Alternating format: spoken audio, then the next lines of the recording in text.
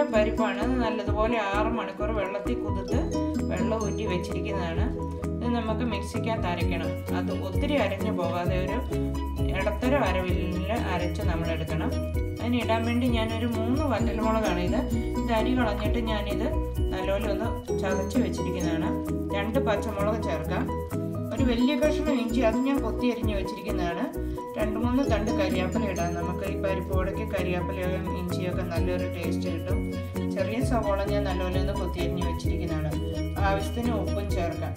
ആദ്യം തന്നെ ഞാൻ കുറച്ചൊന്ന് വെള്ളം ഒഴിച്ചിട്ട് ഈ പരിപ്പ് ഒന്ന് അരച്ചെടുക്കാം മിക്സിക്കകത്ത്.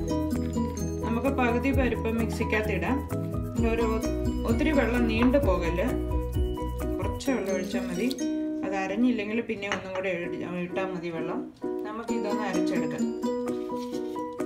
പരിപ്പ് ഇത് കണ്ടോ, ഇത്ര അരഞ്ഞാൽ മതി. ചില പരിപ്പൊക്കെ മുഴുവനോടെ കിടക്കും.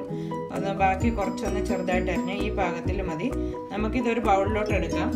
അത് കഴിഞ്ഞ് നമ്മൾ ഈ അരിഞ്ഞു വെച്ചിരിക്കുന്ന പച്ചമുളകും ഉള്ളിയും ഇഞ്ചിയും കരിയാപ്പിലയും എല്ലാം ഇട്ട് ഇതൊന്ന് നല്ലതുപോലെ മിക്സ് ചെയ്തെടുക്കാം.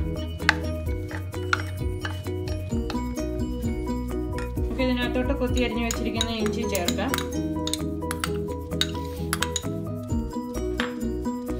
പച്ചമുളകും ചേർക്കാം.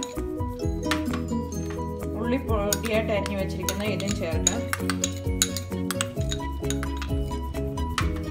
ഞാൻ 2 വറ്റൽമുളക് എടുത്തിരിക്കുന്നത് അത് നല്ലപോലെ ഒന്ന് ചതച്ച് വെച്ചിരിക്കുന്നത് അത് നമുക്ക് ചേർക്കാം. ഈ സമയത്ത് ഞാൻ ആവശ്യത്തിന് ഉപ്പും കൂടി ഇതിൻ്റെ കൂടെ ചേർക്കുകയാണ്. ഇതെല്ലാം കൂടി നല്ലതുപോലെ നമ്മളൊന്ന് മിക്സ് ചെയ്തെടുക്കാം. ഈ സമയത്ത് തന്നെ 2-3 തണ്ട് കരിയാപ്പില നമുക്ക് ഇതിൻ്റെ കൂടെ ചേർക്കാം.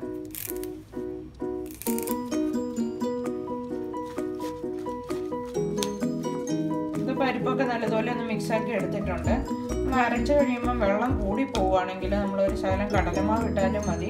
ഇതൊന്ന് ഇനി നമുക്കൊരു പാൻ ചൂടാക്കിയിട്ട് ഒന്ന് എണ്ണ ഒഴിച്ച് ഞാൻ വെച്ചിട്ടുണ്ട്, റെഡിയാക്കി ഡീപ് ഫ്രൈ ചെയ്തെടുക്കാം. ഇത് കൈ കൊണ്ട് തന്നെ നമുക്കൊന്ന് ചെറിയതായിട്ട് വടയുടെ മുഴുപ്പിലൊന്ന് പരത്തിയെടുക്കാം. അത് കഴിഞ്ഞ് വേണം നമുക്കത് ഉണ്ടാക്കാൻ. ഇത് ഞാനിപ്പോൾ ഒരു പാൻ ചൂടാക്കി എണ്ണ ഒഴിച്ച് ചൂടാക്കി വെച്ചിരിക്കുകയാണ്.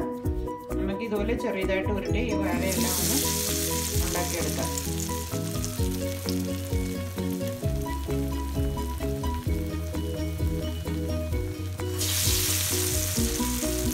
നമുക്കിത് 2 സൈഡും ഒന്ന് മറിച്ചിട്ട് വേണം എടുക്കാൻ.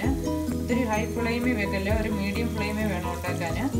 അല്ലെങ്കിൽ നമ്മുടെ ഈ പരിപ്പോടയുടെ അകമൊക്കെ വേവാതിരിക്കും. ഇത് 2 സൈഡും ഒന്ന് മറിച്ചിട്ട് നല്ല ഗോൾഡൻ ബ്രൗൺ ആകുന്നവരെ വെക്കാം. പരിപ്പോട നല്ലപോലെ ഗോൾഡൻ ബ്രൗൺ ആയിട്ടുണ്ട്. ഞാനിത് മീഡിയം ഫ്ലെയിമിലായിരുന്നു വെച്ചിരുന്നത്. ഇനി നമുക്കിത് എടുക്കാം. ഇപ്പോൾ കറക്റ്റായിട്ടുണ്ട്.